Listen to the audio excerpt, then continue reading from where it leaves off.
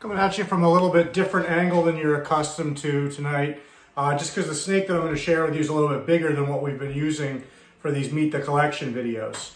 To those of you who have watched previous episodes of this channel, or if you go back and check it out, when we did the genetics video especially, the 3 blood pythons that I use in that, well, 3 of the 4, the siblings, the het albino, and the albino batik, are all offspring from this female here.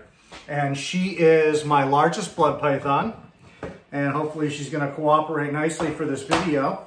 I just unpaired her, so she's a little, more maneuvering than usual. She is a T-positive female. She's a very good size. She probably doesn't look as big as she truly is, but she's actually 6'8" when she stretches out, which is quite large for a blood python. But if you notice, even though they are a heavy-bodied species, she still has some spine definition, and she still really isn't that thick. They shouldn't be. At 6'8", she weighs between about 28 and 30 pounds typically, which is right where I want her weight-wise going into the breeding season. She was produced by the blood cell in 2011, so she's approximately 8 years old.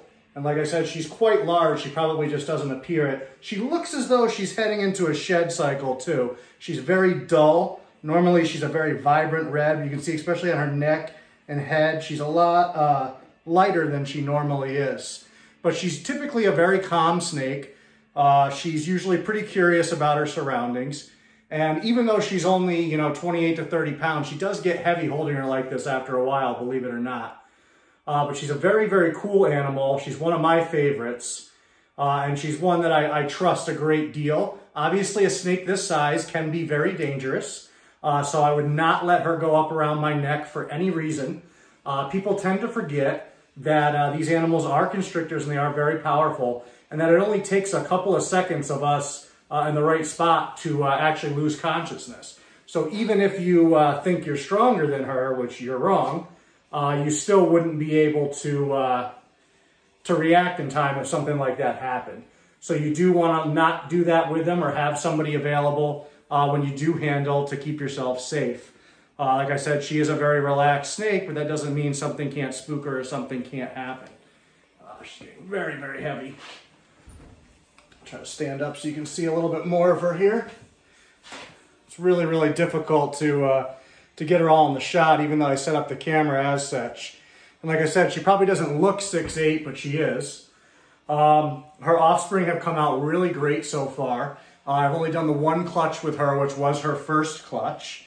I have not come up with a name for her yet, and I've had her for over 2 years now. Sometimes I just really have difficulty in deciding on a name and sticking with it. I like their name to kind of fit their personality, fit them really well, and I haven't found anything for her yet. It's amazing. She's not really moving much, but just enough to be difficult. So I will cut this short in just a moment. If you have name suggestions for her, I'm very open to it, although don't be offended because I am very, very picky. Her personality is laid back, but she is strong and she is a pretty girl, so I want something that suits all of that. And if it has something to do with red or blood, that's even better. Just something like that, but not something totally contrived or common. I do like to have, names that are a little bit different. So this is her and I signing out. Thank you guys. We'll see you.